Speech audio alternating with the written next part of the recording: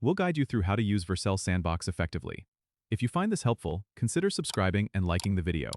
First, go to the Vercel website and log in with your account. Once you're in, navigate to the Projects tab on the top menu. You'll see an option to create a new project.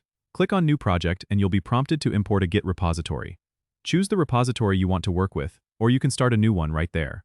After selecting your repository, you'll see a configuration screen where you can set up build and output settings. This is important because Vercel needs to know how to build and deploy your project. If you're using a framework like Next.js, Vercel will automatically detect it and fill in the necessary build settings. Once everything looks good, click on Deploy at the bottom. Vercel will then start building your project. This process is pretty quick, and you'll be notified once the deployment is successful. You can then view your project live by clicking on the link provided.